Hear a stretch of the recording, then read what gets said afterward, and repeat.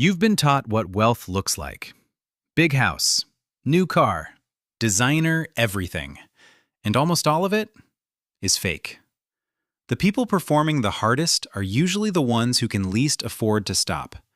Real wealth doesn't perform. It doesn't need to. There's a man named Jack. He grew up watching his parents work hard and still struggle. He absorbed every moment of it. In his 20s, he made the same mistake most people make. He spent to feel successful before he actually was. Then somewhere in his early 30s, something shifted. Not an epiphany, just a quiet, brutal realization. He was working harder every year and feeling more trapped every month. So he stopped performing, and he started building. 10 years later, Jack lives in the same unremarkable apartment, drives the same forgettable car. Nobody at his office suspects a thing. But Jack hasn't worried about money in years. Not because life got easier, because he got different. Sign number 1. Emotional control. Money doesn't move them.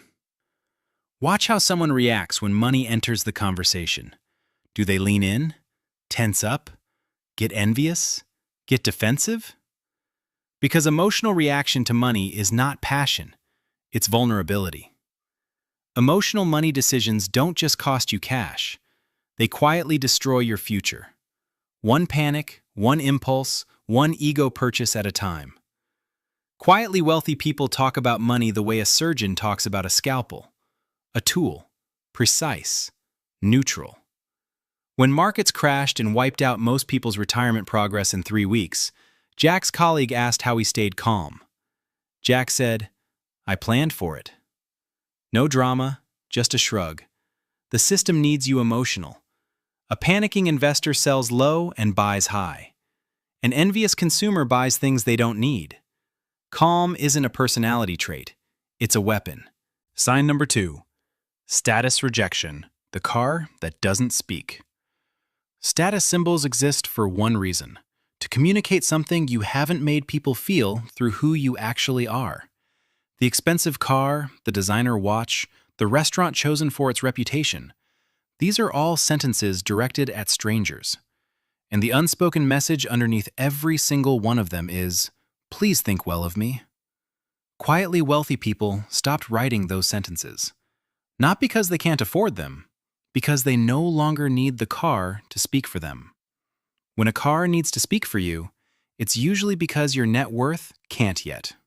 Looking rich is expensive. Being rich is quiet. Jack drives a 10-year-old sedan, scratched on the back left panel. He's been meaning to fix it. The people who judge him for it aren't people whose judgment he's ever found useful. Studies show over 80% of millionaires drive used or mid-range vehicles. The luxury car demographic? Mostly people trying to look wealthy, not people who are. Sign number 3, systems thinking. They buy infrastructure, not moments. Here is the invisible divide between people who look wealthy and people who are wealthy. One group spends on outcomes, the other spends on infrastructure. The expensive dinner, the luxury holiday, the bottle at the table, these feel good, they photograph well. And then they're gone, leaving nothing but a smaller account balance and a memory that fades faster than you'd expect. Systems are different. Systems keep working when you stop. Jack pays an accountant more than most people spend on holidays. He pays for software that automates the parts of his business that don't need his brain. He spends on things that return more than they cost, in money, in time, in clarity. The system sells you moments, because moments expire. Systems don't. Sign number 4. Detail obsession. They sweat the small numbers. $150 a month. That's nothing, right? At 10% for 30 years, it's over $300,000. Most people don't go broke in one catastrophic decision. They leak their future. Slowly. Silently. $15 at a time. The forgotten subscription. The automatic renewal. The "it's only coffee" that shows up 40 times a month. Jack audits his expenses every month. Not out of fear, out of respect for the mechanism. Most people only notice money when there's a lot of it, or very little of it. Wealthy people notice it always. That's not anxiety, that's architecture. Sign number 5. Time as currency.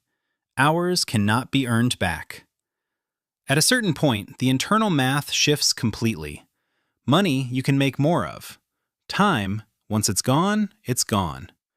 No deal, no hustle, no investment brings it back. Money can be earned back. Time cannot. Ever. Most people trade their hours for money their whole life and call it success. Quietly wealthy people reach a point where they simply refuse that trade. They fire clients who cost more in energy than they pay in dollars. They don't attend meetings that could have been a paragraph. They guard their mornings like a closed border. Someone once asked Jack why he turned down a contract worth more than most people's annual salary. He said, "They would have needed me available. I'm not available." The wealthiest people you'll ever meet are almost never busy. They are, very deliberately, not busy. Sign number 6. Lifestyle control. The ceiling they refuse to raise. Most people have a reflex. When income goes up, lifestyle goes up with it. New salary leads to new apartment. Promotion leads to new car. Bonus leads to new wardrobe. It feels like arriving. But what it actually does is keep the gap between earning and having permanently, invisibly narrow. If you earn $80,000 and spend $75,000, you're building $5,000 of wealth a year. If you earn $200,000 and spend $196,000, you're building less. Your salary tripled. Your freedom didn't move. Wealth doesn't live in your income. It lives in the space between what you earn and what you spent. Jack got his third raise in 5 years. He told no one. His rent didn't change. His grocery list didn't change. The number in his investment account changed considerably. The system profits from lifestyle inflation. Every raise is a marketing opportunity. The quietly wealthy have simply stopped being the target. Sign number 7. Patience as power. No urgency, no pressure, no rush. Impatience doesn't just cost you money. It quietly hands your power to whoever is willing to wait longer than you. The investor who panics and sells early. The buyer who pays full price because waiting feels unbearable. The entrepreneur who launches before they're ready because discomfort became worse than risk. Every single one of those decisions has a price tag, and it compounds. The market doesn't reward speed, it punishes it. The best deals in history went to people who were willing to do nothing until the right moment. Jack passed on what looked like a perfect opportunity last year because the timeline demanded a decision in 48 hours. He said no without anxiety. Because he's learned, anything real does not collapse if you take a week to think. The opportunities that pressure you to decide immediately are almost never the ones worth taking. Patience isn't passive. It's the most aggressive long-term strategy available to anyone. Sign number 8. Scar tissue. They've already lost before. This is the one people miss entirely. The calm you see in quietly wealthy people is not privilege. It is not temperament. It is scar tissue. They have already been through the version of this that scared them. The year the numbers didn't work. The deal that collapsed. The savings that disappeared faster than they should have. They stood in the place where most people fall apart, and they found out they survived it. That knowledge changes everything. Not strategy, not planning. The lived proof that they've already broken and rebuilt. Jack made a single phone call the morning markets opened down 17%. Adjusted 2 positions, closed his laptop, made coffee. The people around him were checking their phones every 4 minutes. He had already run that scenario, 12 months earlier, on paper, alone. Preparation doesn't make you fearless. It makes fear irrelevant. They're calm because they already know they won't break. Sign number 9. Comparison removal. They stopped watching the other lanes.